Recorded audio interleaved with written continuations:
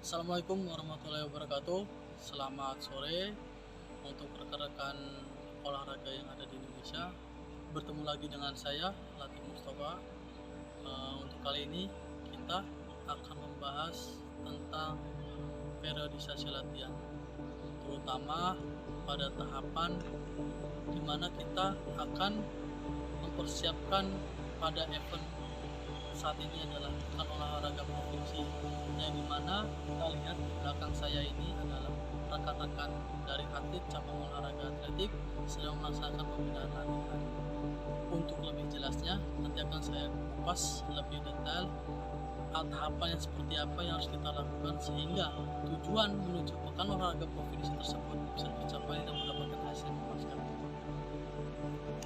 Oke, tahapan pertama dalam pembuatan periodisasi latihan pada cabang olahraga atletik menuju pekan olahraga provinsi yang sedang saat ini kita laksanakan. Yang pertama adalah kita harus menentukan goalnya dulu, goal di mana atau tujuan di mana atlet harus tercapai.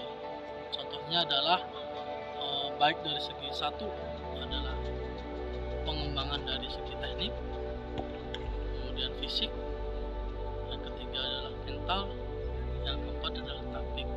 Dari empat hal tersebut yang harus lebih didominankan adalah untuk pengembangan fisiknya. Kenapa? Karena pada pengembangan fisik itu sangat penting untuk menunjang kinerja latihan atlet, terutama untuk persiapan yang sudah tadi saya sebutkan. Ada beberapa tahapan yang harus kita lalui. Yang pertama adalah tahap persiapan umum, tahap persiapan khusus, tahap persiapan pra pertandingan, dan tahap persiapan pertandingan utama. Dari rangkaian tahapan tersebut, pada tahapan persiapan umum kita harus masukkan beberapa komponen fisik utama. Yang pertama adalah komponen fisik fleksibilitas, kecepatan, kekuatan, dan daya tahan. Empat komponen ini harus kita telaah. Dalam arti penelaahan tersebut kita masukkan dalam masuk parameter, sehingga ketika kita masuk dalam periodisasi kita sudah menentukan goal atau tujuan. Setelah kita menentukan tujuan, kita masukkan parameter mereka. Parameter mereka yang seperti apa sih? Nah, itu tadi yang sudah saya sebutkan, beberapa tes parameter tadi. Nah, dalam penelaahan tes parameter itu seorang pelatih harus jeli. Kenapa? Karena apabila pelatih tidak bisa mencermati pada cabang olahraga yang tersebut, maka tujuan atau goal yang diharapkan atau yang kita buat itu bisa gagal. Seperti itu. Dalam cabang olahraga atletik, yang kita lakukan yang pertama adalah gerakan-gerakan yang kemarin sudah kita laksanakan, yaitu adalah untuk fleksibilitas dari beberapa nomor cabang yang diteskan itu berbeda-beda. Kemudian ada tes kecepatan, kemudian ada tes daya tahan kecepatan, ada daya tahan murni, ada daya tahan kekuatan, kemudian ada beberapa komponen yang lainnya, yang dimana itu semua harus terpenuhi. Terutama jangan lupa dengan konsep 7 perintah latihan yang sudah dimaksud. 7 perintah latihan yang tadi saya sebutkan, yang pertama adalah tingkatkan VO2 max setinggi mungkin, kemudian tingkatkan kekuatan otot maksimal dan jaringan pengikat. Yang ketiga adalah dorong ambang rangsang laktat.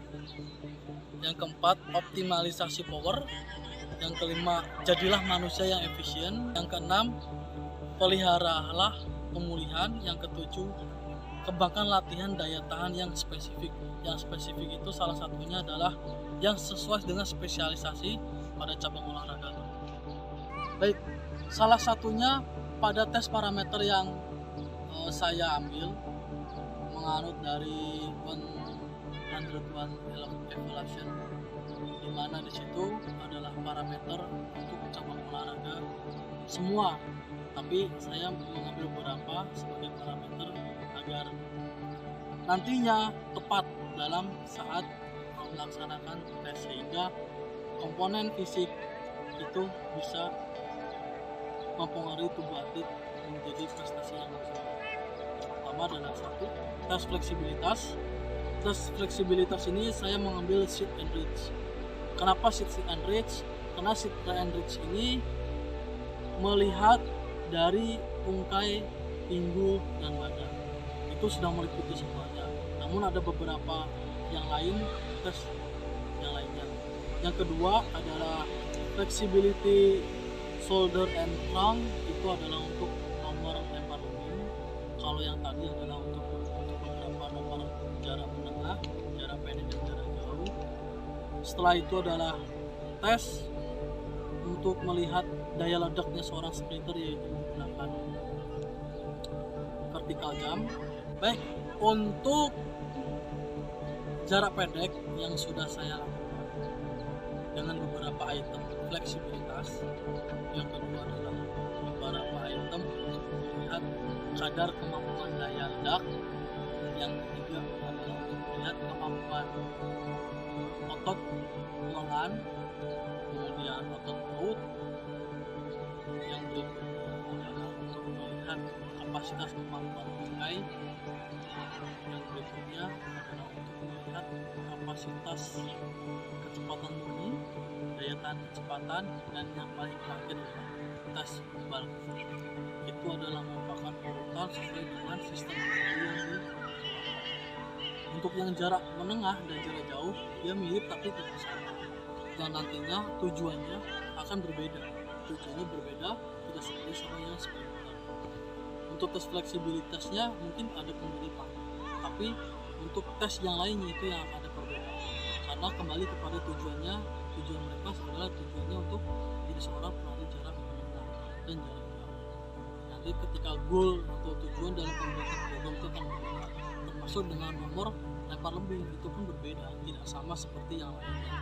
Apalagi spesifikasi untuk pelempar nomor lempar itu sangat jauh berbeda, karena itu sudah masuk orientasinya ke teknik. Itu adalah beberapa hal yang harus coach perlukan, yang harus rekan-rekan ketahui.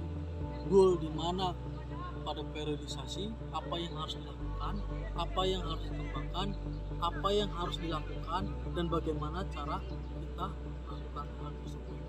Jangan sampai kita sudah membuat tujuan, oke, kita latihan hari ini tujuannya untuk apa, tapi kita tidak tahu untuk apa latihan tersebut. Seperti itu. Misalkan kita hari ini latihan, tapi kita tidak tahu saya ini latihan mau persiapan apa. Nah, itu yang harus ditentukan, di mana seorang pelatih harus mengetahui latihan ini dibuat untuk apa.